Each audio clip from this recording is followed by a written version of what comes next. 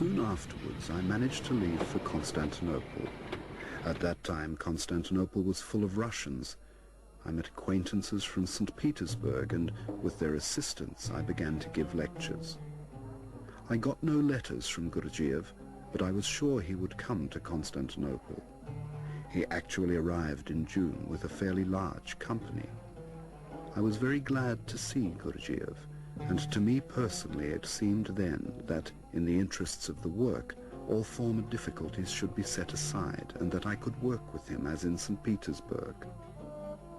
I brought Gurdjieff to my lectures and handed over to him all the people who came to my lectures, particularly the small group of about 30 people that I worked most with. Everything was very interesting for me. Gurdjieff often came to see me. We went together through the Constantinople bazaars.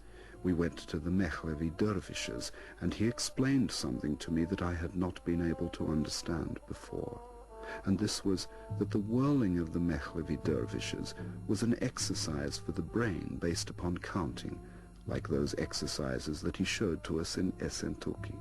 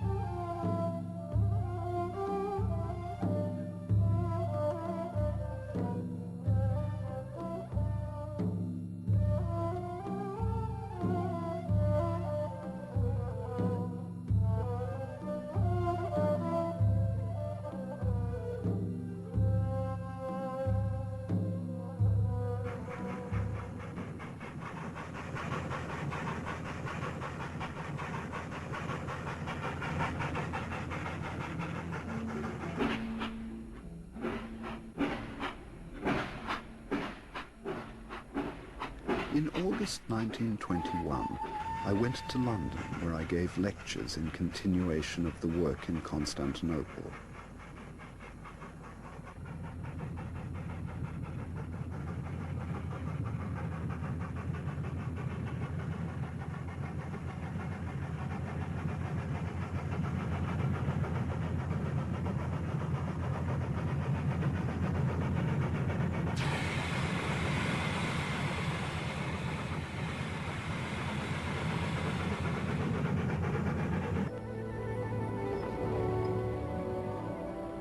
In February 1922, Gurdjieff came to London. I introduced him to all who were coming to my lectures. This time my attitude towards him was much more definite. I did not believe it was possible for me to work with him. I saw again all the obstacles which had begun to appear in Essentuki. This time they had appeared even before he arrived. I decided that if Gurdjieff opened the institute in London, I would go either to Paris or to America. The institute was opened in London, but for various reasons it failed. My London friends and those who came to my lectures collected a considerable sum of money for him, and with this Gurdjieff bought the historic Chateaubriand near Paris. There he opened his institute.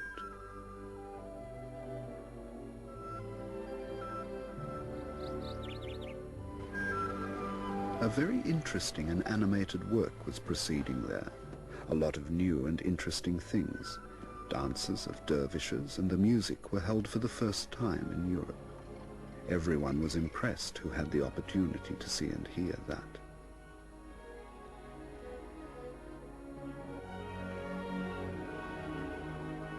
I arrived at the Chateaubriand for the first time at the end of October or the beginning of November 1922.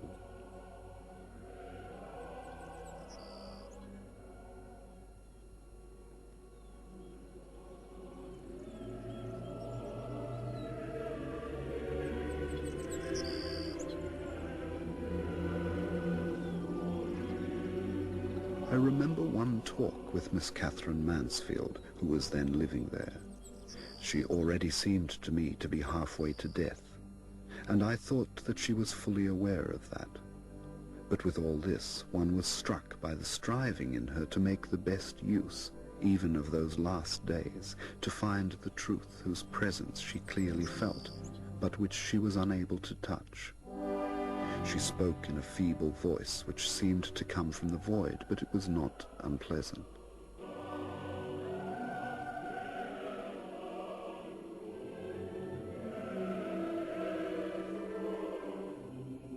I know that this is true, and that there is no other truth.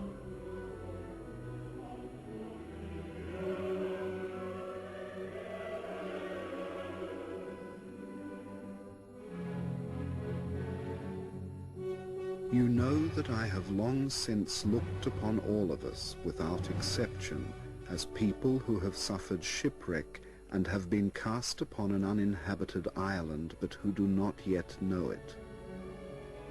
But these people here know it. The others, there in life, still think that a steamer will come for them tomorrow and that everything will go on in the old way. These already know that there will be no more of the old way. I am so glad that I can be here.